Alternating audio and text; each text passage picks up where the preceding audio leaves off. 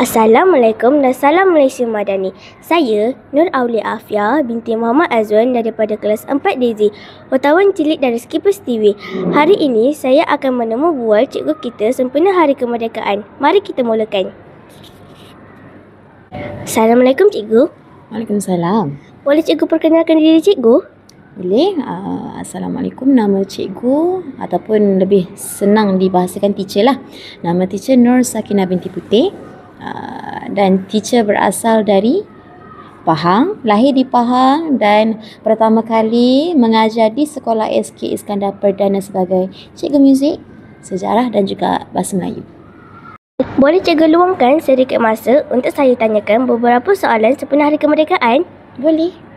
Cikgu, setiap orang mempunyai pandangan sendiri tentang kemerdekaan. Boleh cikgu terangkan maksud kemerdekaan bagi cikgu? Okey, baik. Secara umumnya, semua rakyat Malaysia tahu kemerdekaan itu apa adalah merupakan Malaysia bebas daripada penjajah lah, daripada British pada 31 Ogos 1957, betul? Tapi bagi cikgu sendiri, pandangan cikgu sendiri, apakah itu kemerdekaan adalah jiwa yang merdeka. Maksudnya tak ada, jiwa kita ni tak berkaitan dengan masalah-masalah lain yang tak berkaitan dengan kita, dengan hidup kita, dengan keluarga kita. Sebagai teacher, simple je, jiwa yang merdeka. Itulah kemerdekaan bagi teacher.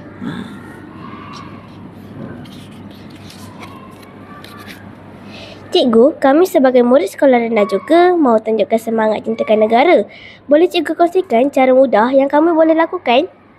Okey, cara yang mudah yang kamu boleh lakukanlah untuk murid-murid sekolah rendah adalah kita boleh tahu paling basic kita tahu dah merdeka tarikh bila. Itu memang kena paling basic.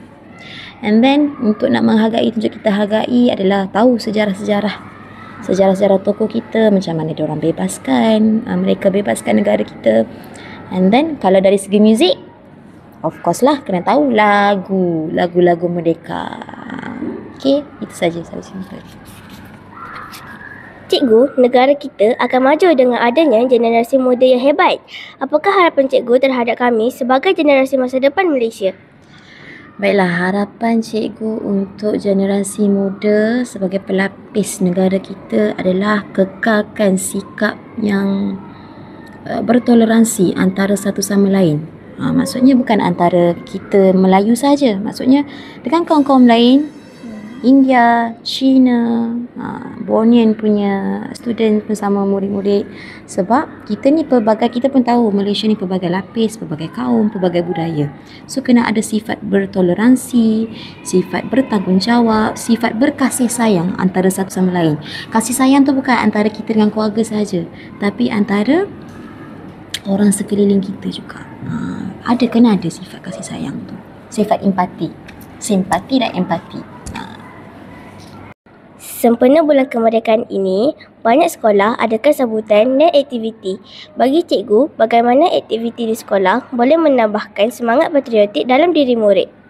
Okey, aktiviti macam mana, kenapa dan bagaimana aktiviti di sekolah boleh menambahkan lagi nilai semangat patriotik dalam diri murid-murid bagi cikgu? Dari segi kita buat perarakan, kita ada buat perarakan, buat basikal berhias baru-baru ni lah, sambutan untuk penutupan perasmian. Kita ada buat busana merdeka, kita ada buatkan pertandingan-pertandingan yang berkaitan, betul, collage dan sebagainya.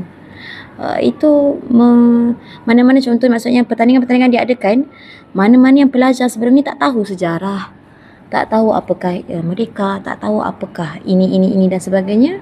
Secara tak langsung, secara tu diorang tahu.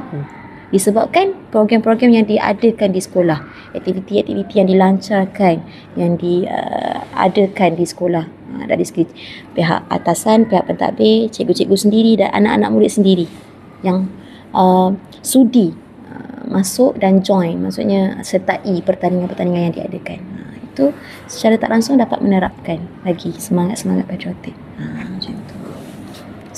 Terima kasih cikgu atas jawapan yang penuh bermakna. Semoga semangat kemerdekaan sentiasa segar dalam jiwa kita semua. Saya Nur Aulia Afia binti Muhammad Azwan, wartawan cilik Skippers TV, mohon undur diri.